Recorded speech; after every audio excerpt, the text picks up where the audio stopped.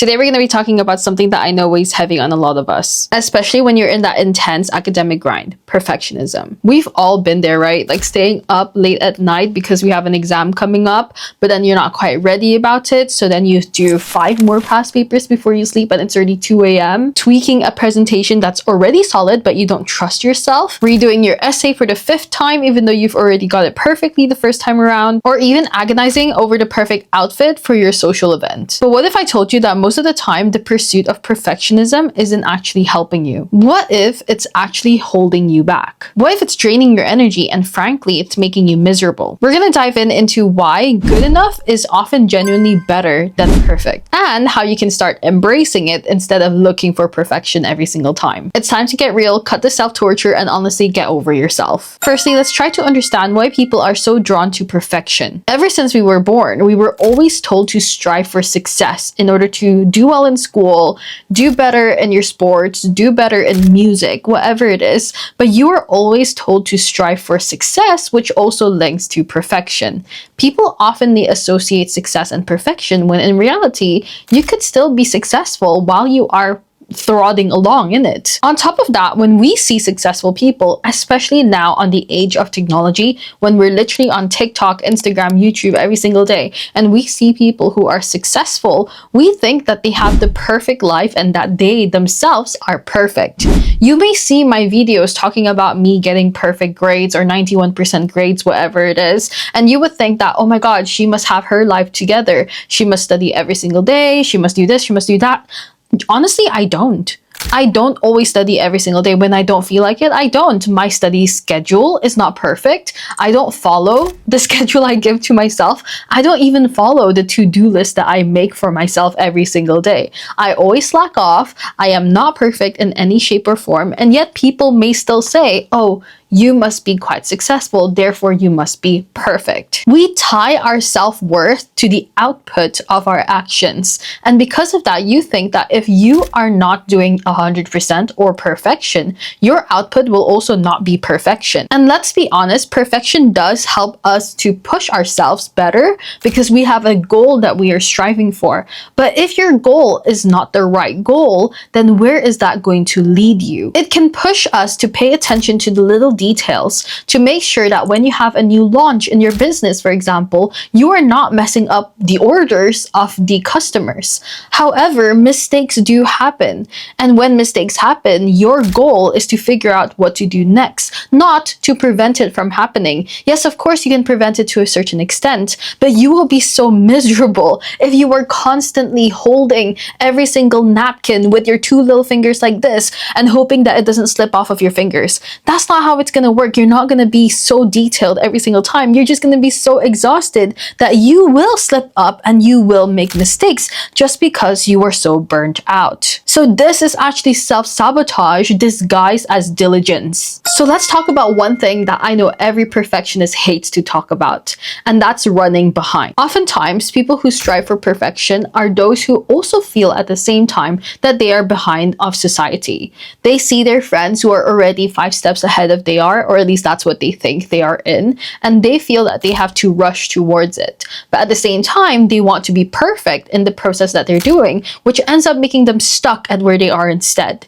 Now, I feel this exactly the same in my day-to-day lives and also in my schooling life. So for example, in content creation, I see people who have 400,000 followers, who have 600,000 followers, 1 million, 2 million followers, who are in the same niche as I am, in the study niche. And I feel envious sometimes. I see what they do and I see the amount of views they get, the brand deals they get, the opportunities they get. And I feel like, oh my God, that's so lucky of them. Why am I not there yet? Why am I still not getting as many views? Why don't I have as many followers? And then I realized they've been doing this for so much longer than I have.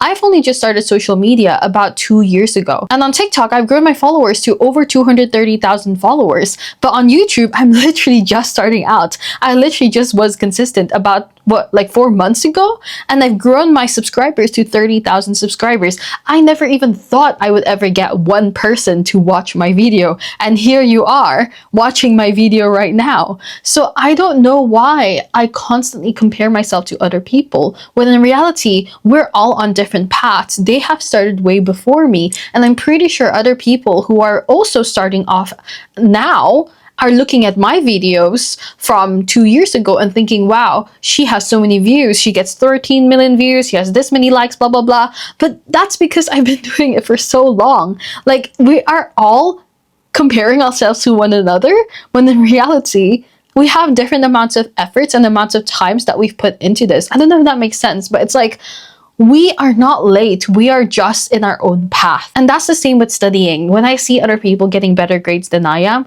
I'm like, oh my God, they're so much smarter than me and blah, blah, blah. But it's because they're putting so much more effort into their work as compared to me. Or maybe they're not even putting the right amount of effort as I am, but they are still knowing the correct keywords to use. They know the exam techniques. They have the correct study techniques. They have the discipline. They have the consistency. They know exactly what to do because they've learned it from a young age. I don't know, but everyone is different. And that's the part that we don't see. We only see the final product and we compare ourselves to the final product, which makes us want to compare ourselves even more and makes us even more miserable. So I saw this video here on TikTok and it was spot on.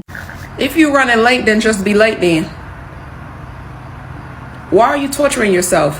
Why are you torturing yourself? If you miss the bus, you miss the bus. Sprinting down the street in panic, trying to get the bus, being stressed, being sweaty by the time you get to your destination, is that what you want to be? Or would you rather wait an extra 3 minutes for the next bus? Maybe even 10 minutes, who cares? It's all in divine timing. Like, why are you rushing so much? And the next part here is something that my boyfriend talks about a lot because he heard this when he was in university. And in university, they said to him that the effort to go from 80% to 90% is colossal. And the effort to go from 90% to 95% is practically impossible.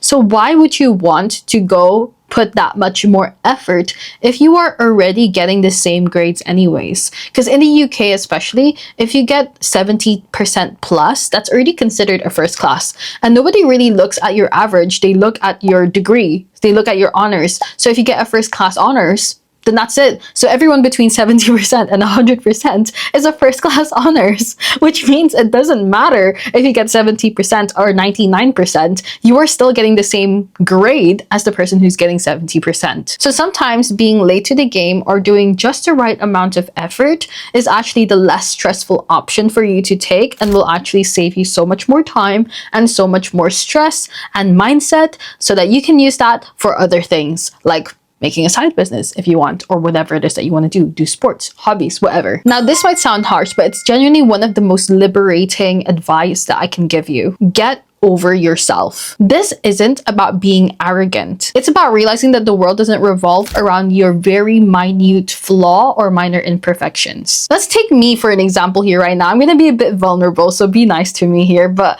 if you're looking at me on the screen right now, what insecurity do you think I have? There's a lot of things that I can point out. I'm insecure about my arms, at how big it feels and how it looks. I'm insecure about my face and the shape of it. That's why I'm covering it a little bit with my hair. I'm insecure about my nose, my eyebrows, my eyes. I'm literally insecure about every piece of myself right now. But I don't know, maybe you saw it, maybe you didn't. But were you able to point that out as well?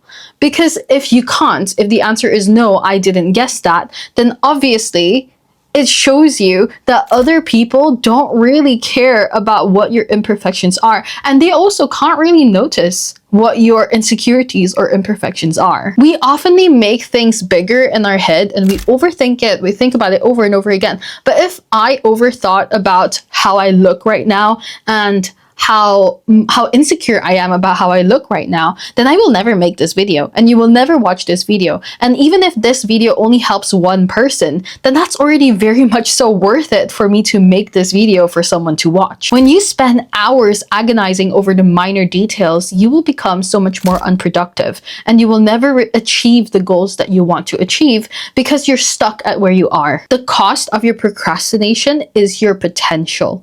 Think about that.